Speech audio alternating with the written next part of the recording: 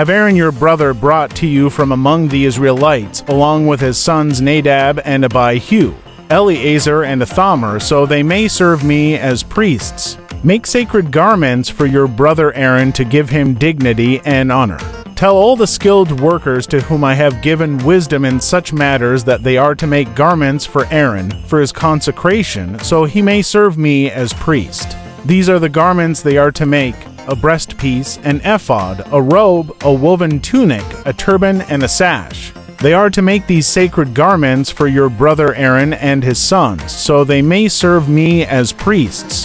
Have them use gold and blue, purple, and scarlet yarn and fine linen.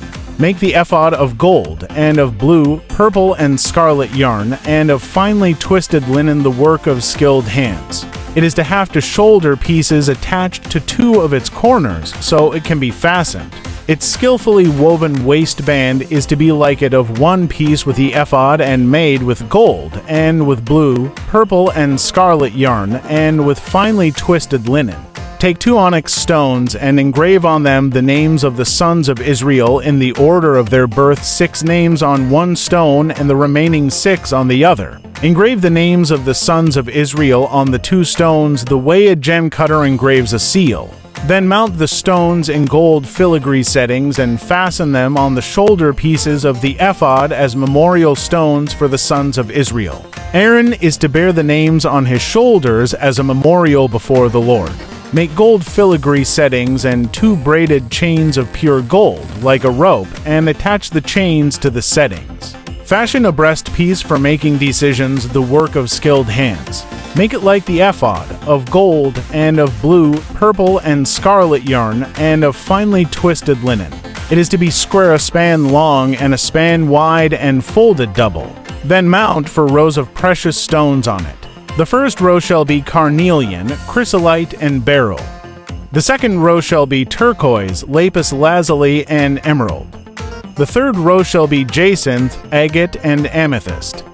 The fourth row shall be topaz, onyx, and jasper. Mount them in gold filigree settings. There are to be 12 stones, 1 for each of the names of the sons of Israel, each engraved like a seal with the name of one of the 12 tribes. For the breastpiece make braided chains of pure gold, like a rope. Make 2 gold rings for it, and fasten them to 2 corners of the breastpiece.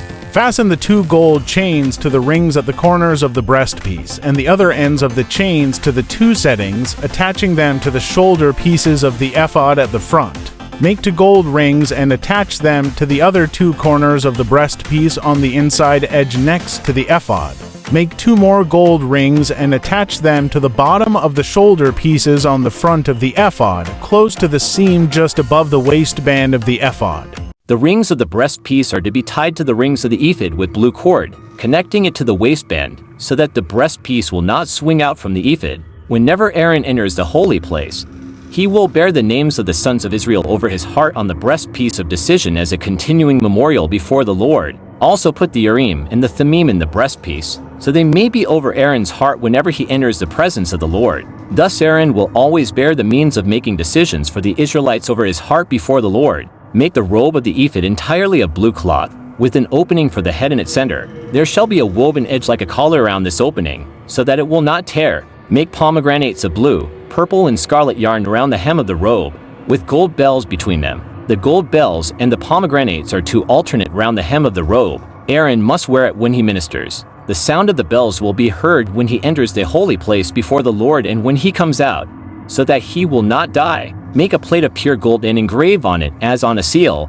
holy to the Lord. Fasten a blue cord to it to attach it to the turban. It is to be on the front of the turban. It will be on Aaron's forehead, and he will bear the guilt involved in the sacred gifts the Israelites consecrate, whatever their gifts may be. It will be on Aaron's forehead continually so that they will be acceptable to the Lord. Weave the tunic of fine linen and make the turban of fine linen. The sash is to be the work of an embroiderer. Make tunics, sashes, and caps for Aaron's sons to give them dignity and honor. After you put these clothes on your brother Aaron and his sons, anoint and ordain them. Consecrate them so they may serve me as priests. Make linen undergarments as a covering for the body, reaching from the waist to the thigh. Aaron and his sons must wear them whenever they enter the tent of meeting or approach the altar to minister in the holy place, so that they will not incur guilt and die. This is to be a lasting ordinance for Aaron and his descendants. Exodus 28 to 143 Niv.